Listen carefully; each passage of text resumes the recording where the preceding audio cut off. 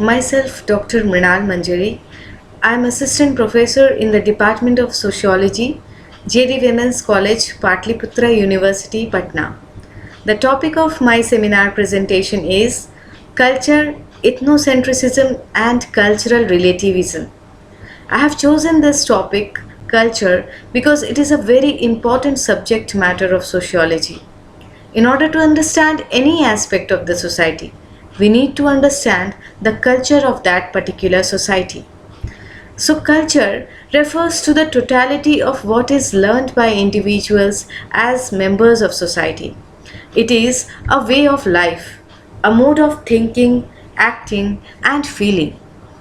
According to Edward Tyler, who has given a very holistic definition of culture, it is that complex whole which includes knowledge, belief, art, moral, law, custom, and any other capabilities and habits acquired by man as a member of society. According to Robert Redfield, culture is an organized body of conventional understandings manifest in the art and artifacts which, persisting through tradition, characterizes a human being. Therefore, culture is largely a component or a product of learned behavior and experience.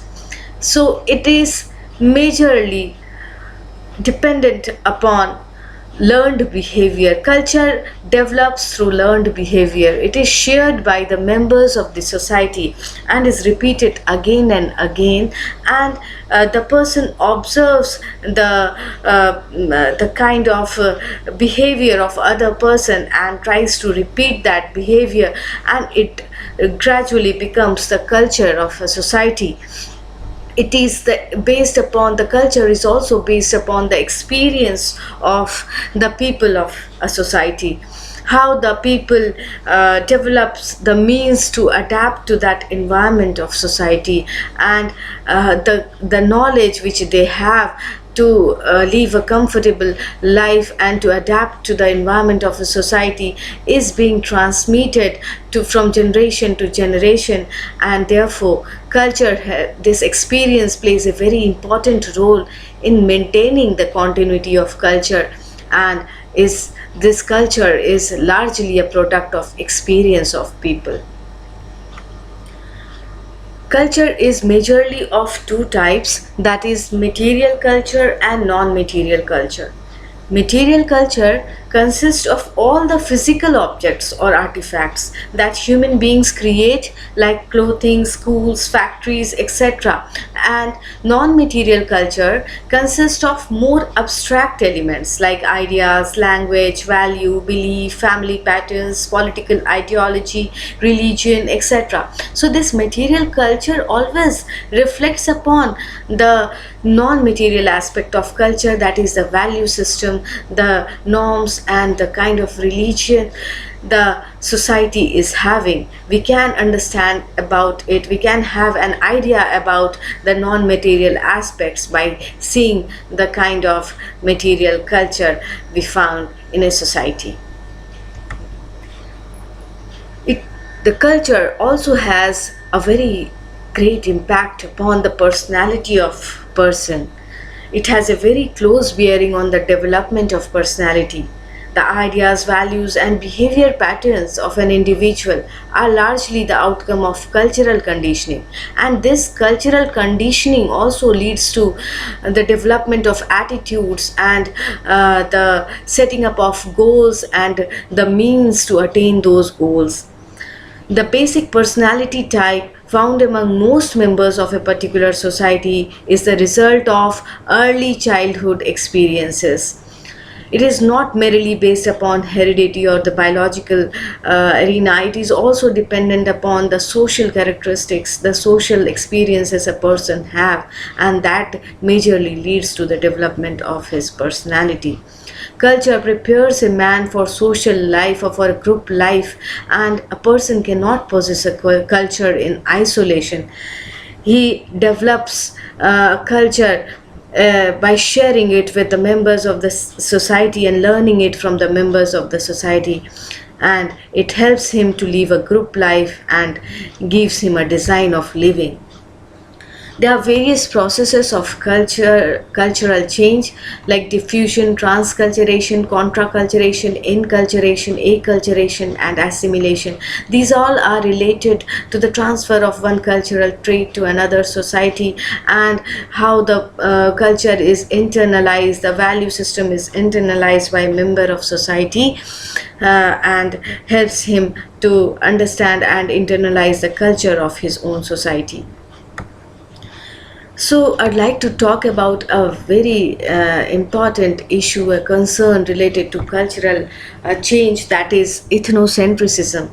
It is the tendency to view one's own culture as the most superior, the best, and judge other culture or subcultures by standard of one's own cultural assumptions. So here the observer tries to understand the other culture by understanding it from his own cultural point of view, his own cultural standards, and comparing his own cultural standard with the standards of the culture which he is trying to understand, which he is trying to study. It is a view of things in which one's own culture is at the center of everything and all others are scaled with reference to it. To some extent, it leads to reinforcement of group solidarity. So it is good to some extent that it brings loyalty among the people, and it helps the people to come together and work for the development of that particular society. But in most cases, it becomes a problem. It leads to prejudice and discrimination, and may often result in the domination of one group on another. Here I have tried to put an animation video, but it's not working, so just see the picture, and it is example of ethnocentrism. She is speaking that, oh, what kind of rustic dress she is wearing, and it reflects upon her barbaric and uncivilized culture. So she is making a judgment by seeing her dress. The ethnocentrism, it also leads to increase in hostility and suspicion between people of different culture. It leads to social isolation. It may bring hindrance in the growth and development of a society. It may bring hindrance to cultural exchanges. Therefore, every culture is worthy in their own right and is of equal value. A successful society needs to have mechanisms for overcoming excessive ethnocentrism and facilitating cultural exchange. To avoid ethnocentrism in the research, sociologists are guided by the concept of cultural relativism.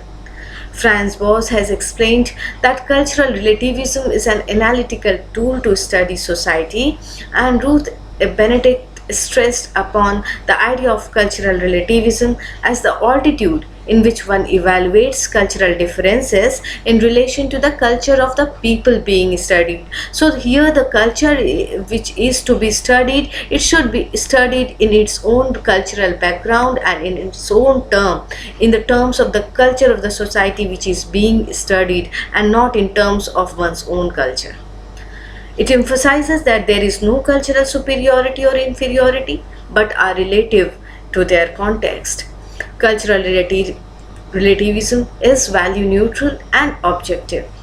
Aspects of any culture can be best understood only in terms of the meaning attached to them in that society. So there might be opposite moral ethics of two societies, but we cannot compare and we cannot judge that this is strange or this is wrong.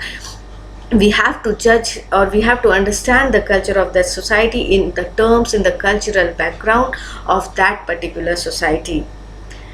So value judgments are replaced by appreciation of the content of other cultures. A social scientist, therefore, needs to apply cultural relativism in understanding and comparing cultures of different societies in order to prevent biasness and maintain the authenticity of social research. Thank you. That's all.